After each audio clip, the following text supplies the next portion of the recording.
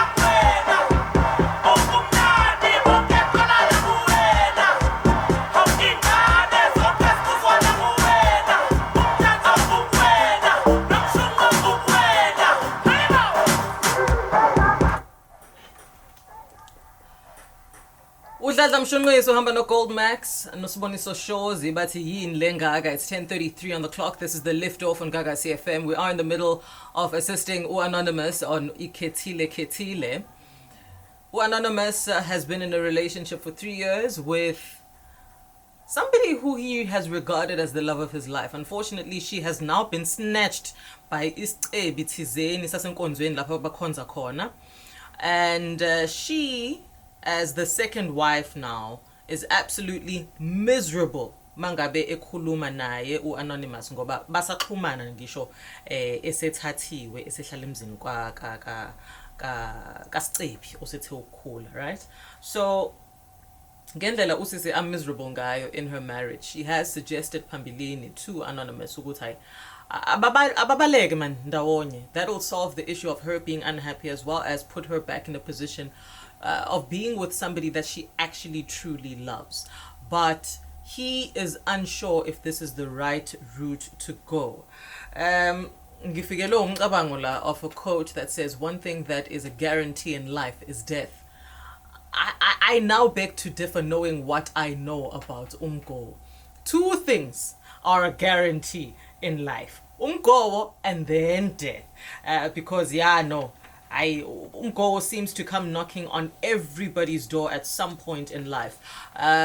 You are now invited to come through and assist Anonymous. I know you have an opinion about how this situation can be resolved, not only for umuntu wakhe osetholise emshadweni abengawuceli, but also for Anonymous. Should he perhaps move on? Should he accept defeat? Ukuthi khona insizwe efike yangidla lana because he came through with a better game than me, and just look elsewhere for uthando, noma amlwele yini usisi. Simo, ubona kanjani wena? I am good. How are you? Emoy River namhlanje? Hayi sikhala siyaphambili sifana neambulance mfo. Yeah, ithina advice yakho for anonymous as umunye umjita ke wena.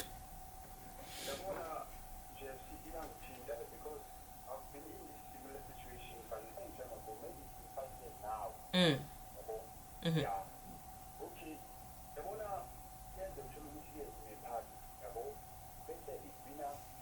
iyongena kobuye ubudlelwane because maybe mhlambe alikho financial Yeah.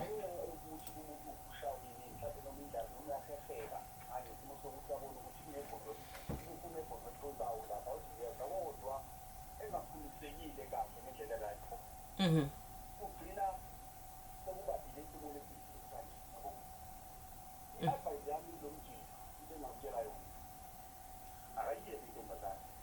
Okay.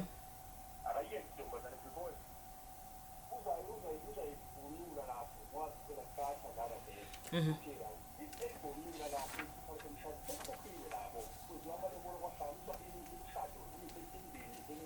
Mhm.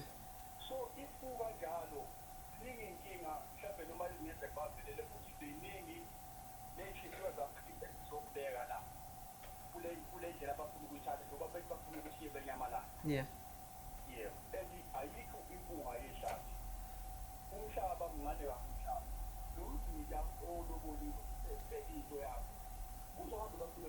Mm. Yeah.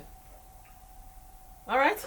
Simo, ngiyakuzwa. You feel ukuthi for their safety it's best for Anonymous to just call it a day aqhubeke nempilo. Usisi mhlawumbe azamele yena ukuresolve lento. I absolutely get you. Thank you so much for your call. Angiye ma respect ke manje kukhona ukhethe. Hey, kethenhle. Uright. Kahleke before siqhubeka nje awungicorrect la noma ungilekelele ngilisho kahle igama lakho Kethenhle. Okay, hayi mani ngiyasho ukuthi hayi mengithi Kethenhle kuphela ngathi khona okushodayo. Oh, beautiful name man. All right ke Mbomvu, what is your advice for Anonymous?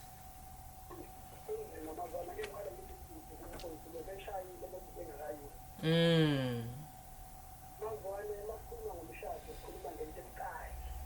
Yeah.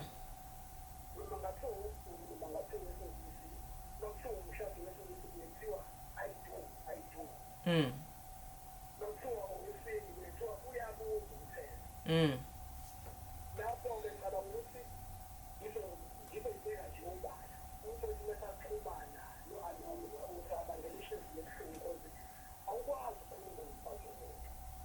Okay.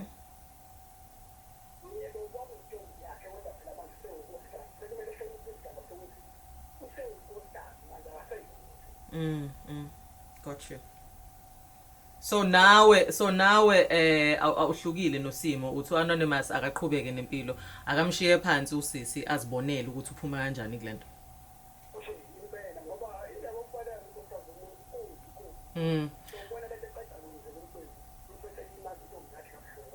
Inhliziyo ke bafethu ngoba siyayazi phela ukuthi islima iphakelwa bakithi.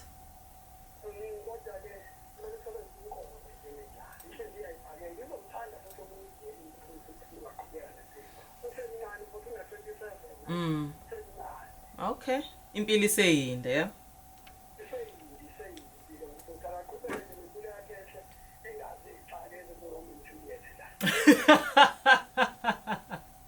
Hayi Kethenhle.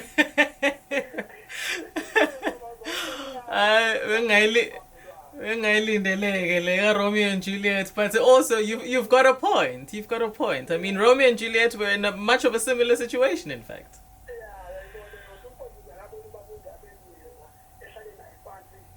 I'm Dodis. All right, thank you so much for your call Kethenhle. Have a fantastic day lapho eMaritzburg. Angikhohliwe njalo ukuthi ama voice notes akho usuwafakile on 0638399959. Miss Boya from Tear Gas with Chance. I get to those as well as ama comments ongishiyele wona on the Liftoff's Facebook page. You know one, swoop shop. Switch to FNB and go from a brand new card to a brand new car. FNB is giving away 2 Citroen C3s to 2 lucky winners. Open an FNB Easy Pay, Easy Bundle, Aspire or Premier account. Swipe and switch your salary between December 2024 and March 2025 and you could win a car. It's that easy. You could also win vouchers and a 5,000 Rand monthly cash prize. Help changes everything. TCs and competition rules apply. FNB, a division of First Rand Bank Limited, an authorized FSP and credit provider. The Liftoff with Unjef Swane.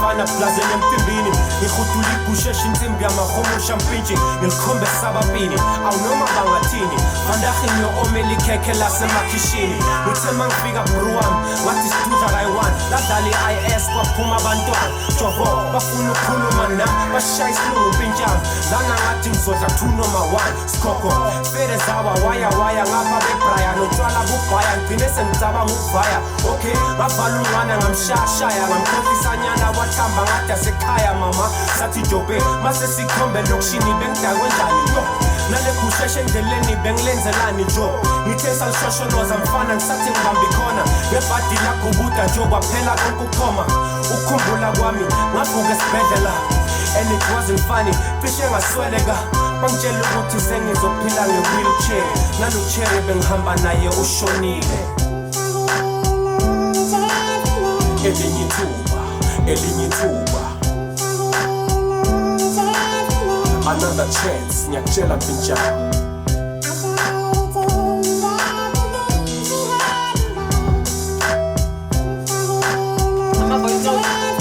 another chance ngiyakutshela mpintshana uyangikhumbula usibongile umntwana okuphela osithobile ojulile osothile fana rabe ngikopile ibe ngiyitholile angethela yonke into angitshela yonke imfihlo angithengela nezipho anginika nonhlonipho ngasikhanda mfana kithi ngomlahla manje ngidlule emakhoneni sehluleka nokuphanda selizwa ngamahemhem nokuthi ubhayidla ngacabuyisela isikhathi emuva ngijeka ukuguluva ngithole elinye ithuba makulo ubheka isincane ngoba uthole elinye ijuba thithi yami iba buhlungu uma ngicabanga ngayo and I hope imphethe ekhena lebhari sifana naye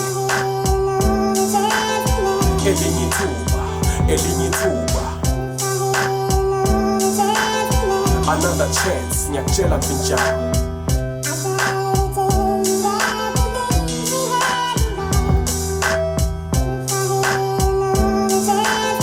another chance ngiyakutshela mpintshana ngihlala iqoqela kamna nengihloka mamelo ngihloka hlompho batswadi bopa dihloho ngisebenza fela kadungusina borotho ewukiphoso philo bole bonolo ngitobetsa fela dintho di ketsetsa sa tsebe hore philo bo tla ketsetsa never knew what it meant hore levini la tjena hated church but lodi la se kapara spinga all of my friends were nothing but miliko ya batho digamo tshwereng awe bone khalega batho always put you in trouble and you never get out cause when we violate moya and like pleasing the crowd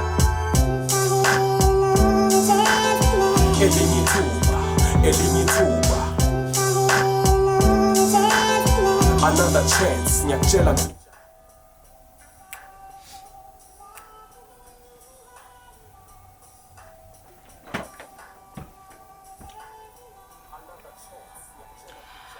Does this love that Anonymous writes about deserve another chance? Does it deserve to be fought for? I don't know. That is why Anonymous is asking you, Guti Enzenjan, in the situation that he is in. Final quick recap. A 3-year relationship has now ended with Usisi being married by Iscebi Sasendaweni Abakhonza naso esontweni. Usisi is miserable as the second wife in this marriage and is begging Anonymous usibhalele ukuthi amthathe babaleke ndawonye and start a new life in I don't know where. So Anonymous is a little bit nervous about the suggestion eqhamuka with umuntu wakhe, and he's now checking in with you ukuthi ku right yini ukuthi aqhubeke enze lokhu okusuggestwa umuntu wakhe noma akaqhubeke nempilo and just call this one a day. Wenjo man, sawubona. I'm good. How are you? Yeah, nangu Anonymous la. He's caught between a rock and a hard place. Kwenziwa njani? Yazi ngiyayizwa i-advice yasiphi acela ukuthi umuntu asamsize ngayo.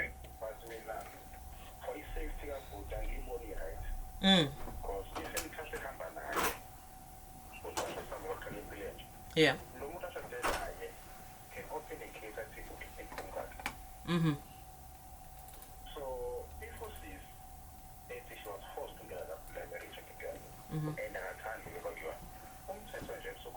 Yeah. Yeah.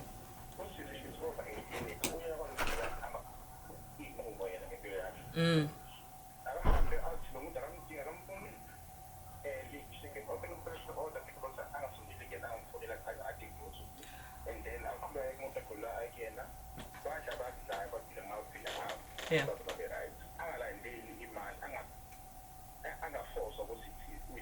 Yeah.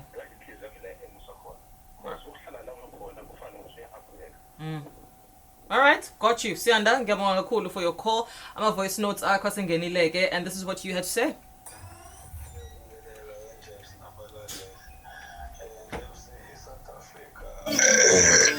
Yizo yenkululeko engicabanga ukuthi nathi kumele siyikhulule thina.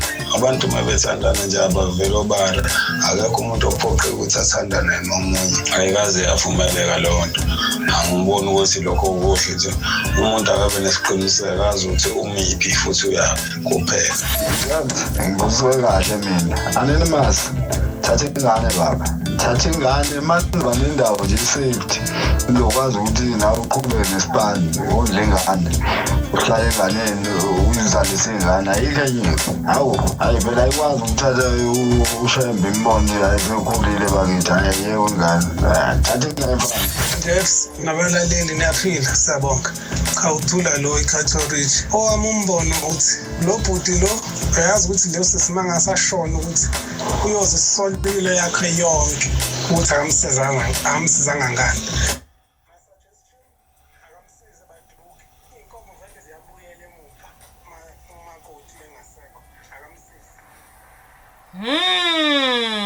Different views now coming through from the WhatsApp line. What do you have to say on Facebook? Ngiyabuya with the comments as we wrap up Ikithile Kithile. Gagasi FM. Siloku sikhona. Ngibatshela ukuthi asindawo.